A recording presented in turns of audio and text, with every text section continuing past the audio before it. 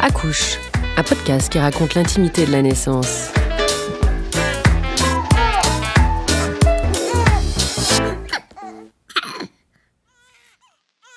Bonjour, bienvenue dans ce nouvel épisode d'Accouche. Comme les autres de notre série, il ouvre en grand les portes de la salle de naissance.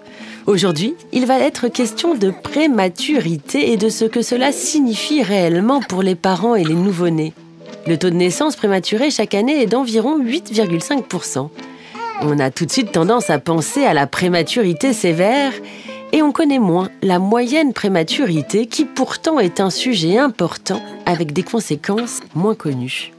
Dans cet épisode, nous allons vous expliquer ce que c'est, de l'impact que ça peut avoir sur la parentalité et des éventuelles répercussions sur la santé du nouveau-né. Nous allons également nous demander quel genre d'accompagnement serait le plus adapté et quelle prévention adopter. C'est à ces questions et à de nombreuses autres soulevées au fil de notre conversation que nous répondrons aux côtés de Marielle Yewé-Tom, psychologue à la PMI de Brune et enseignante à l'IFAP de Bullion et lauréate de la bourse de recherche pour l'enfance de la Fondation Mustela en 2020, et Sabrina Edili, sage-femme au SAPPH. Bonjour Sabrina, bonjour Marielle. Bonjour Julie. Bonjour Julie.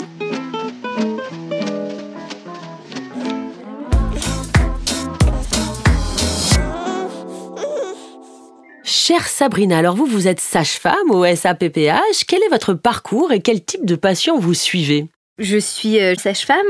J'ai travaillé pendant 7 ans dans une grande maternité de type 3 parisienne où j'ai pu exercer dans l'ensemble des services, donc que ce soit la salle de naissance, les urgences, les grossesses à haut risque, les suites de couches. Ensuite, j'ai été cadre sage-femme en hospitalisation à domicile et depuis 2 ans, je suis sage-femme coordinatrice du SAPPH. Alors le SAPPH, c'est le service d'accompagnement à la parentalité pour personnes en situation de handicap et centre ressources parentalité et handicap, où on accompagne des hommes, femmes, futurs ou jeunes parents dans les questions qui a trait à leur parentalité. Donc on accueille des parents d'enfants de 0 durant la grossesse jusqu'aux 7 ans de l'enfant. Et vous, Marielle, vous êtes psychologue à la PMI et enseignante à l'IFAP. Dites-nous un peu plus sur vous et vos fonctions. Oui, alors effectivement, je suis psychologue clinicienne de formation. Je me suis par la suite spécialisée en périnatalité, que ce soit au des cours de diplôme universitaire, notamment à l'Université de Paris, au centre Brazelton, rattaché à l'Université d'Harvard, ou encore via une formation en guidance interactive sur Genève. Et aussi à travers mes expériences professionnelles, notamment en pédiatrie générale, en crèche, en lieu d'accueil enfants-parents. Et actuellement, je travaille donc en PMI, où je reçois des enfants et leurs familles de 0 à 6 ans pour des consultations qui tournent autour des problématiques récurrentes, le sommeil, l'alimentation, la rivalité fraternelle, les troubles du comportement, entre autres. Et puis on anime également des temps d'accueil et de jeu qui sont un peu plus informels, mais qui nous permettent justement de nouer un lien entre les professionnels de la santé mentale et les patients. Et enfin, je travaille effectivement à l'IFAP de Bullion, où j'enseigne aux auxiliaires de puériculture, ce qui est très chouette pour les former très tôt aux problématiques liées à la vie psychique. Et alors, pour les auditeurs qui découvrent peut-être le terme, qu'est-ce qu'on entend par moyenne prématurité ? Alors quand on parle de la moyenne prématurité, c'est important de pouvoir s'intéresser à la prématurité globale. Donc la prématurité va être définie exclusivement par le terme de la grossesse. Donc finalement, c'est toutes les grossesses qui se terminent, donc tous les accouchements qui ont lieu avant 37 semaines d'aménorrhée, soit la fin du 8e mois, début du 9e mois de grossesse. Donc on va avoir la prématurité sévère, qui va être entre 24 semaines et 27 semaines d'aménorrhée et 6 jours. La grande prématurité, entre 28 semaines et 31 semaines et 6 jours. Et la moyenne prématurité, donc celle qui va nous intéresser aujourd'hui, qui se divise elle-même en 2. La prématurité modérée, entre 32 semaines et 33 plus 6. Et la tardive, donc qui va débuter à 34 semaines jusqu'au terme, donc jusqu'à 37 semaines. Finalement, cette prématurité, elle représente environ 50-60 000 naissances par an et 85% de ces naissances sont des prématurités moyennes. Donc ce qui fait quand même 40 000 naissances par an, donc c'est une prématurité assez importante en termes de chiffres. En termes de prématurité, on va avoir des prématurités induites, donc un élément va nécessiter qu'on déclenche l'accouchement avant terme, donc ça représente 40% de ces naissances prématurées, ou des prématurités spontanées. Dans 60% des cas, les femmes vont arriver et accoucher avant terme. Pourquoi, Marielle, c'est un sujet, on peut dire, de santé publique, cette moyenne prématurité ? Alors, je dirais que c'est un sujet de santé publique, non seulement comme Sabrina vient de l'expliquer, parce que près de 8 naissances prématurées sur 10 est un contexte de moyenne prématurité, mais aussi parce que finalement, ces situations qui peuvent être banalisées en comparaison à l'extrême et à la très grande prématurité vont possiblement avoir des incidences non seulement sur la santé mentale des parents, qui sont quand même confrontés à une épreuve de vie qui est particulièrement difficile et douloureuse. Là, Sabrina a très bien fait la distinction entre ces types de prématurité, mais pour les parents, à quelques jours près, à quelques semaines près, on est dans des circonstances de prématurité et on le voit vraiment au niveau de la grossesse psychique que les choses ne sont pas très avancées pour eux. On pourra peut-être y revenir un peu plus tard. Et du côté du bébé, parce que son devenir peut être influencé par ce type de prématurité. Non seulement d'un point de vue psychomoteur, on peut avoir un retard sur les premiers temps, notamment jusqu'à 2 ans de vie, mais aussi parce qu'on peut avoir des troubles neurodéveloppementaux qui vont être peut-être 2 à 5 fois supérieurs en comparaison aux naissances à terme. Ce qui fait qu'il est, pour nous maintenant, soignants, très important qu'on puisse un peu mettre le focus parce que ces enfants-là passent très souvent à la trappe, parce que le vécu de ces familles-là est très souvent banalisé et qu'on les retrouve parfois des mois, voire des années plus tard avec des troubles qui se sont enquistés alors qu'on aurait peut-être pu les accompagner précocement. Oui, c'est dingue de faire un focus sur ce sujet parce qu'en effet, je pensais pas que ça pouvait avoir des incidences pour le court terme en tout cas et parfois pour le long terme. Est-ce qu'on parle aux parents justement durant la grossesse de ce genre de sujet, de ce genre de risque ? Est-ce que les parents sont préparés d'une certaine manière ? Finalement, non. Lorsque la grossesse se déroule de manière physiologique, qu'il n'y a aucun élément médical, ni du côté de la mère, ni du côté du fœtus, qui pourrait laisser présager un accouchement prématuré, c'est vrai qu'on aborde peu, ou en tout cas pas de manière globale, la prématurité lors des consultations, lors de la préparation à la naissance. C'est au moment où un élément va apparaître qui va vraiment faire craindre un accouchement prématuré que cette question va être abordée. Et finalement, à ce moment-là, on va annoncer un potentiel accouchement prématuré, on va parler, expliquer les modalités de cet accouchement, les répercussions sur la santé du nouveau-né, en tout cas les possibles répercussions sur la santé du nouveau-né, et aborder la séparation mère-enfant. Le souci, finalement, c'est que le délai entre ce moment où on va parler de la prématurité et le moment de l'accouchement réel va être plus ou moins long d'une situation à une autre. Et comme je vous le disais tout à l'heure, il y a quand même 60% des prématurités qui sont des prématurités spontanées. Donc où finalement la femme va arriver en travail et accoucher dans la foulée. Donc avoir peu de temps pour réaliser que l'accouchement va avoir lieu, qui va avoir lieu maintenant, et puis tout ce qui va en découler. Et pourtant, ce temps est important parce que finalement, entre deux situations qui semblent être identiques, 2 accouchements par exemple à 34 semaines avec une femme qui va avoir présenté des contractions utérines à 30 semaines, qu'on va avoir vu aux urgences, qui va avoir été hospitalisée, qui sera plus ou moins rentrée chez elle et qui accouchera à 34 semaines d'un nouveau-né dont l'état de santé n'est pas inquiétant. Et une femme qui va arriver spontanément au travail à 34 semaines sans avoir eu d'alerte finalement avant, le vécu sera potentiellement différent parce qu'il n'y aura pas eu de préparation. C'est un élément à prendre en compte et en même temps, dans la préparation à la naissance, il y a déjà tellement d'informations qui sont données au couple que c'est difficile de rajouter un focus systématique sur ce point-là. Et l'objectif de cette préparation, c'est pas d'effrayer sur des problématiques auxquelles les parents ne seront certainement pas confrontés.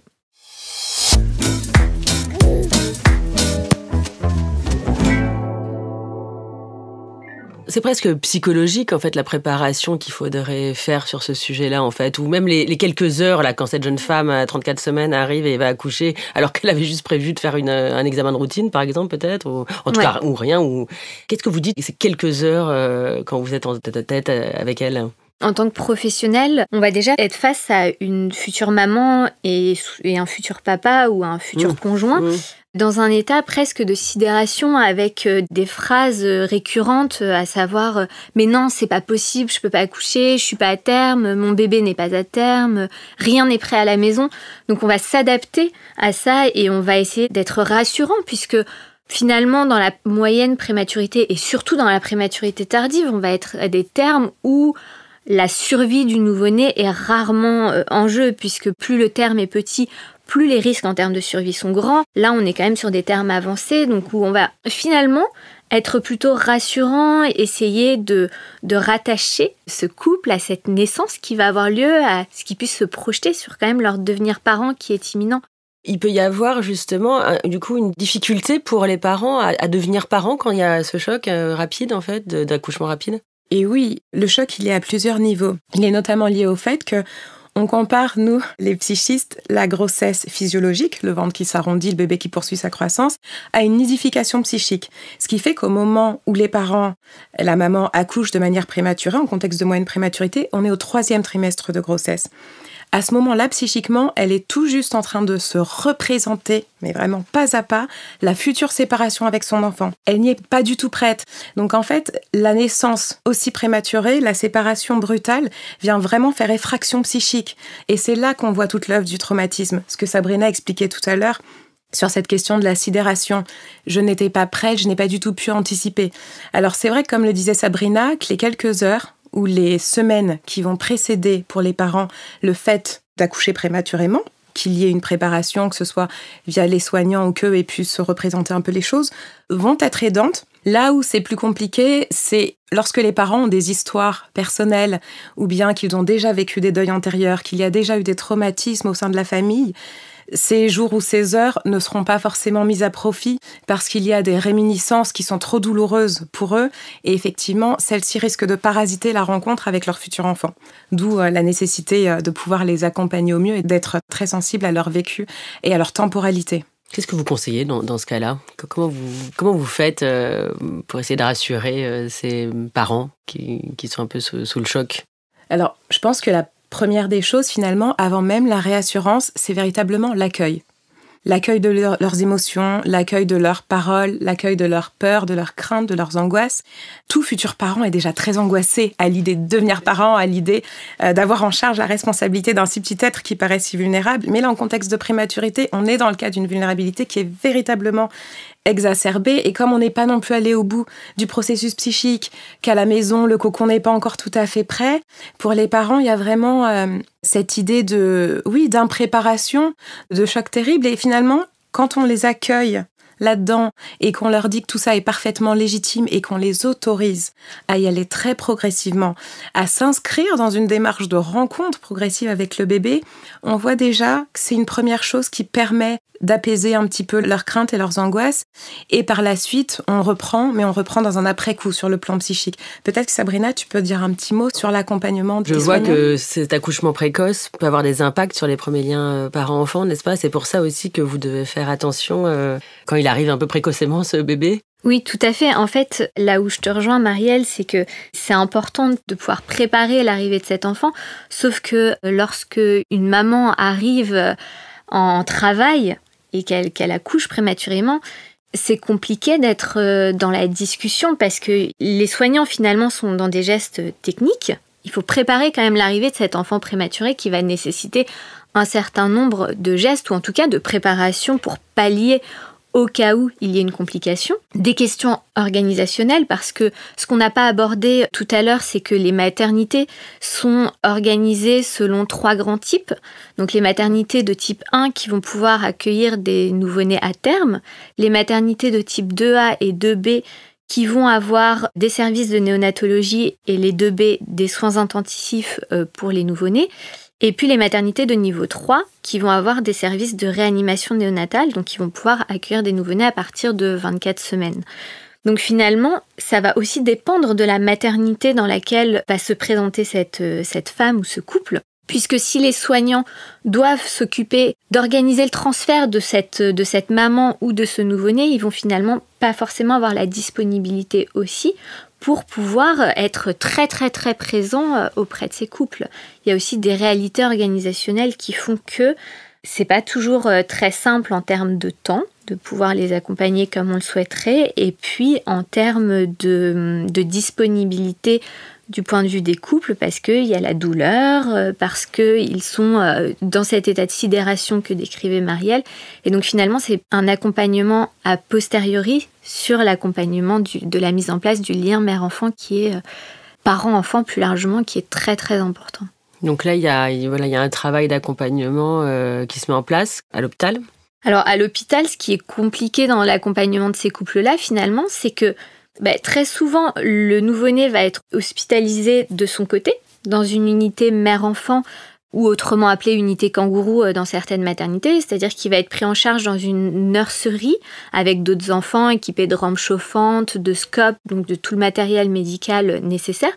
Ces unités sont souvent au même étage que les chambres de suite de couches où vont se trouver les mamans, ou alors être pris en charge dans un autre service, en néonatologie ou en réanimation néonatale parfois.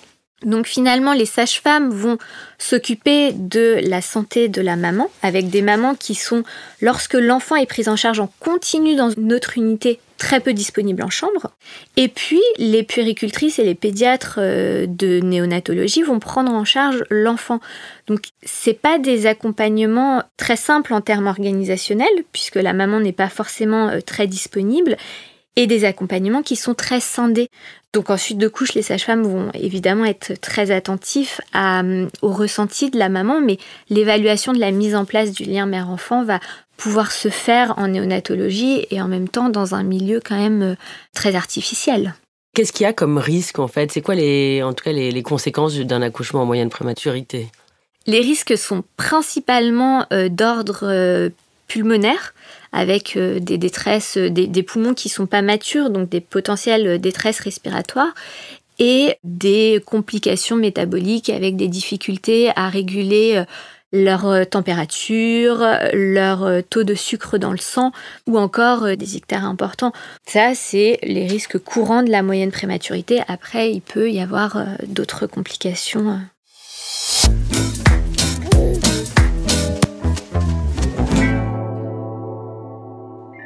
Et alors, comment ça se passe, la sortie avec ce bébé tout beau, tout neuf, mais voilà, qui est venu un peu précocement ? Alors, finalement, la sortie, elle peut se passer de différentes façons, selon le terme de naissance et selon l'état de santé du nouveau-né et de la mère. C'est vrai que souvent, le nouveau-né va rester hospitalisé plus longtemps que sa maman. Donc finalement, la maman va sortir sous un délai entre 2 et 12 jours si elle va bien. Et selon les capacités d'accueil de la maternité, l'enfant restera hospitalisé et sortira quand il sera complètement autonome d'un point de vue cardio-respiratoire et alimentaire. Et ce qui va être possible de mettre en place à la sortie, c'est différents éléments. Les parents vont pouvoir contacter une sage-femme selon le délai en fait entre la naissance et la sortie. C'est vrai que si la sortie se fait au bout d'un mois, ça a peu d'intérêt de contacter une sage-femme pour la prise en charge à domicile. Mais si elle se fait au bout de quelques jours, ça a vraiment son intérêt. Les parents vont être invités à contacter le centre de PMI le plus proche de chez eux, pour effectuer un suivi comme Marielle pourra vous le décrire plus en détail tout à l'heure. Si il y a des arguments médicaux, que ce soit du côté de la mère ou de l'enfant, il peut y avoir une hospitalisation à domicile, pédiatrique ou maternelle, pour poursuivre finalement ce temps d'hospitalisation. Et puis en parallèle de tout ça, de toute façon, les parents vont être invités à prendre contact avec un pédiatre ou un médecin généraliste qui assurera le suivi de l'enfant après. Peut-être préciser, oui, par rapport à cette question du suivi médical, il existe des réseaux de suivi pour enfants vulnérables. Mais en fait, ces réseaux de suivi sont principalement dédiés à des enfants qui sont nés avant la 33e ou avant la 32e semaine. Donc finalement, très peu sont les enfants en situation de moyenne prématurité et qui ne présentent pas de complications médicales particulières à être intégrés à ces réseaux-là. Nous, quand on va les accueillir, par exemple, en PMI, on proposera un suivi médical ordinaire entre les 0 et 6 ans de l'enfant, la première année avec des visites mensuelles, et on proposera en complément des consultations de puériculture pour aborder toutes les différentes questions que se posent les parents, que ce soit autour de l'alimentation, de la prise de poids, de l'installation du bébé, du sommeil, etc. Et s'ils le souhaitent, ils peuvent bénéficier de consultations psychologiques. Mais là, c'est vraiment laissé à leur bon vouloir. Et c'est vrai qu'on s'aperçoit énormément qu'il est très difficile pour les parents, quand ils sont encore en souffrance, juste au moment de la sortie de l'hôpital, de venir solliciter des professionnels. D'où le fait qu'on insiste énormément pour penser les continuités post-hospitalières, pour essayer avant la sortie de faire le lien, comme le font d'ailleurs très bien les cadres ou les puéricultrices au sein des hôpitaux, avec les professionnels qui sont à l'extérieur, que ce soit la PMI ou que ce soit des médecins spécialisés en matière de prématurité. Parce que Marielle, vous, l'accompagnement justement post-hospitalier est d'ailleurs l'objet de votre recherche-action pour laquelle vous avez obtenu une bourse de la Fondation Mustela. Est-ce que vous pouvez nous en dire un peu plus ? Oui, absolument. Enfin, comme le disait Sabrina, justement, une grosse partie de l'accompagnement va se faire après la naissance. Parce qu'on a vu toute cette œuvre de la sidération. Et finalement, il faut qu'il y ait quelque chose de la pensée du parent qui se remette un petit peu en place et qu'on soit peut-être un petit peu à distance, comme sorti de l'œil du cyclone. Je précise volontairement cette expression « œil du cyclone » parce qu'il y a comme un retour dans l'après-coup. Sur le plan médical, l'enfant va bien, l'enfant peut sortir de l'hôpital, mais c'est vrai que pour les parents, ce moment qui correspond à « on a enfin survécu à cette épreuve-là », c'est un moment où peuvent revenir le traumatisme de la naissance, le traumatisme des séparations multiples et toutes les difficultés auxquelles on n'a pas laissé suffisamment de place pendant le séjour hospitalier. On tient particulièrement à mettre en place des lieux et des espaces pour accueillir la parole des parents, pour pouvoir remettre un petit peu en sens tout ce par quoi ils sont passés, ce qu'ils ont pu traverser, et surtout accueillir leurs difficultés à se sentir parents de cet enfant-là et à comprendre et lire les différentes manifestations de ces bébés. C'est très important de préciser que du côté de l'interaction, tout n'est pas que du côté du parent. C'est vrai qu'il y a ce vécu traumatique, mais les bébés nés prématurément vont très souvent avoir une certaine difficulté à être lus. C'est-à-dire que c'est des bébés qui vont devoir se mobiliser beaucoup plus pour pouvoir interagir avec nous, pour pouvoir adresser un sourire, pour pouvoir aller vers l'autre. Donc, c'est des bébés qu'il va falloir aller chercher beaucoup plus difficilement et qui parfois peuvent se montrer un peu moins gratifiants finalement. Et c'est des bébés qui peuvent aussi être plus irritables. Ce qui fait que de part et d'autre, entre un parent qui est fragilisé et un bébé qui a certaines vulnérabilités sur le plan psychique, somatique et sensoriel, on peut avoir comme ça des petits points d'achoppement. Et nous, notre but, c'est un petit peu de travailler sur ces petits points d'achoppement. Donc, ce qu'on propose à ces parents, c'est des temps d'observation conjointe. Et on s'est véritablement rendu compte qu'en focalisant, en prenant un temps et en mettant un arrêt sur image sur ce qui se joue dans l'ici et maintenant entre le parent et l'enfant, ça permet aux parents de se défaire un petit peu de ces représentations traumatiques du bébé qui sont liées au parcours hospitalier et ça lui permet d'apprendre progressivement qui est son bébé, quelles sont ses préférences, quel est son fonctionnement, quelles sont ses ressources, quelles sont ses vulnérabilités également. Donc ça, c'est vraiment ce qu'on essaye de proposer aux familles.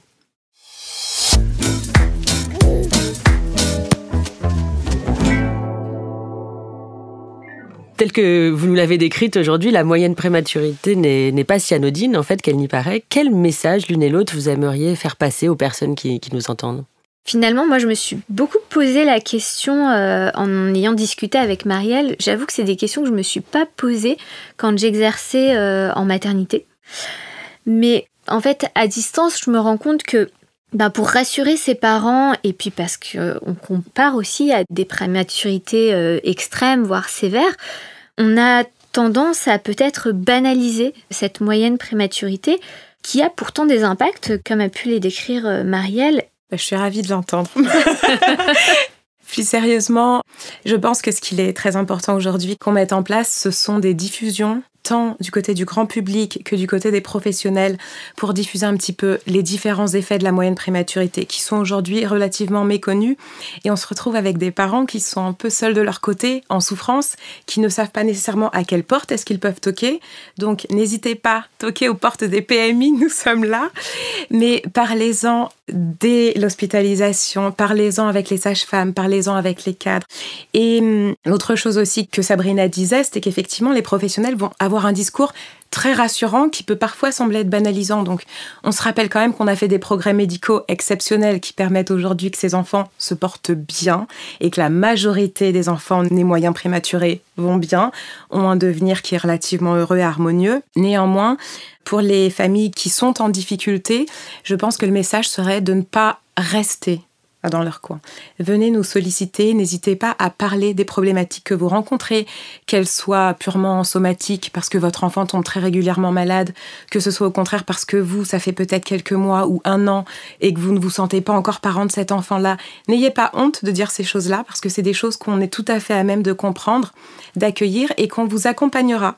Parce que qu'on ait un enfant prématuré ou pas d'ailleurs, c'est un cheminement pour devenir parent. On n'est pas parent parce qu'on nous met un bébé dans les bras, et encore moins quand on est séparé de lui dès la naissance. Ça peut être un parcours qui est semé d'embûches.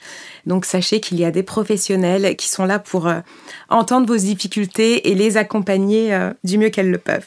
Et finalement, en tant que professionnel, pensez à avoir ces points de vigilance et à entendre ces difficultés-là qui sont pas forcément faciles à entendre et pas forcément faciles à déceler quand on n'y pense pas.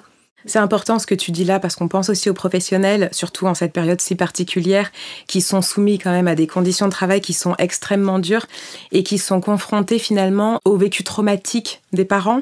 C'est pas si simple que ça d'accueillir un vécu traumatique, et finalement à la sidération des parents peut aussi parfois correspondre une forme de sidération professionnelle qui peut donner lieu à des conduites d'évitement, qui peut donner lieu parfois à des paroles, qui peuvent être mal placés ou qui peuvent... Il peut avoir peur aussi, un médecin. Lui-même, devant une précocité, un accouchement rapide, lui, à mon avis, veut que le bébé vive. Enfin, j'imagine que lui, le premier réflexe, c'est, comme vous dites, une survie de technique, quoi, je dirais. C'est ça. Donc, eux aussi doivent être un peu bousculés de temps en temps. C'est pas des super-héros, toujours. Non, et c'est très juste ce que vous dites, Julie, parce qu'on observe très souvent une grosse différence au niveau des représentations et de la temporalité. C'est-à-dire que, par exemple, si on prend la sortie, l'équipe soignante va être ravie, elle va être fière du succès, que cet enfant soit en bonne santé. Et pour le parent, il va y avoir toute cette ambivalence. Il va y avoir la joie du retour à domicile et en même temps une montée d'angoisse. Comment est-ce que je vais faire quand je serai seule à domicile avec ce bébé ? Et si jamais il survient un événement, et si jamais il y a une complication médicale, comment est-ce que je vais pouvoir gérer cette situation tout seul ? Donc il va y avoir toutes ces préoccupations anxieuses qui vont se mêler, et on peut avoir des incompréhensions de temps à autre entre les équipes soignantes et les parents, parce qu'on n'a pas tout à fait le même vécu et on n'est pas du tout sur la même temporalité. Et je pense que ça, c'est vraiment quelque chose qu'il faut faire passer autant aux soignants qu'aux parents. Des deux côtés, je suis sûre. Exactement. Et chercher toujours des voies et moyens, finalement, pour pouvoir exprimer ce qui est vécu à un niveau subjectif. Mais ça, je crois que c'est valable dans toute relation humaine, finalement. On est allé loin, là, philosophiquement. Oui, c'est ça. C'est les psys, ça. Heureusement qu'on avait une sage-femme qui nous recadre. Merci mille fois Marielle, merci mille fois Sabrina, j'ai trouvé ça passionnant et très utile, j'en suis sûre. À très vite pour un nouvel épisode d'Accouche. À très bientôt, merci beaucoup.